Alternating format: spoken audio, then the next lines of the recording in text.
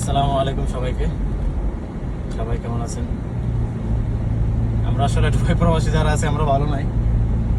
যে বাসটা যাচ্ছে আমাদের উপর দিয়া, আপনারা শুধু দোয়া করেন যেন এই বাস থেকে পুরো টোটাল একটা বাঁশ বাগান আমাদের ভিতর দিয়ে যাচ্ছে। আল্লাহ তাআলা যেন এটা থেকে আমাদেরকে রক্ষা করে।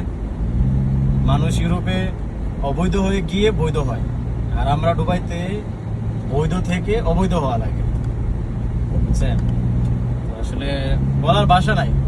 আমি আমার একটা কোম্পানিতে যেভাবে আছে, আমি কোন কোম্পানিতে কাজ করতে ভালোই জানি, খুবই স্ট্রাগল করে আমি কোম্পানিতে আসছি। আমি এখন কোম্পানির বৈধ এমপ্লয়। আমার ভিসা শেষ হয়ে গেছে, রিনিউ করে দিবে কোম্পানি, এটা কোম্পানির দায়িত্বে, এবং কোম্পানি সেটাই করতেছে। কোম্পানির খরচে, কোম্পানির স্পন্সরে তারা রিনিউ করার দেওয়ার জন্য 100% এক পায়ে খাড়া। কিন্তু আমার পাসপোর্ট হইলো বাংলাদেশি পাসপোর্ট, রিনিউ হচ্ছে না ভিসা। এই একটা সমস্যা। আবার যারা দেশে আছে তাদের ভিসা অটোমেটিক ক্যান্সেল হয়ে যাচ্ছে। এই যে কূটনীতিক একটা অসুবিধার কারণে যে আমরা অসুবিধায় পড়ে যাই, এটা সবচেয়ে বড় সমস্যা। এক হয়তো যে আমার নিজের অভিজ্ঞতা নাই, বা আমার কোম্পানির তরফ থেকে আমার কমপ্লেন আছে। আপনারা সবাই জানেন আমি যে কোম্পানিতে আছি, আমার পরিচিত যারা আছে সবাই ভালো করেই জানে যে আমি কোম্পানিতে কোন অবস্থানে আছি, বুঝছেন? আমি কোম্পানিতে নিজের কথা নিজে বলতেছি না, আমি কোম্পানিতে খুবই ভালো অবস্থানে আছি, এবং কোম্পানির লোকগুলো খুবই খুবই আমার সাথে ফেয়ার আমার সাথে, এবং এরা খুবই চেষ্টা করতেছে আমার ভিসাটা রিনিউ হওয়ার জন্য, কারণ কোম্পানি আমাকে চায়। খুবই স্ট্রাগল করে এই কোম্পানিতে আসলাম। এখন আমার ভিসা লাগতেছে না, ভিসা রিনিউ হচ্ছে না। আমার অলরেডি 2-3 মাস আমি অলরেডি বায়োলেটেড করা, আমার জরিমানা আসতেছে, তাও কোম্পানি বলতেছে ভিসা। এরা বারবার অ্যাপ্লাই করতেছে, বারবার রিজেক্ট আসতেছে। বিষয়টা হয়েছে, আমরা আমাদের অভিজ্ঞতার জন্য মারা খাই না, আমরা মারা খাই আমাদের পাসপোর্টের জন্য, আমাদের রাষ্ট্রের জন্য আমরা সবসময় মারা খাই।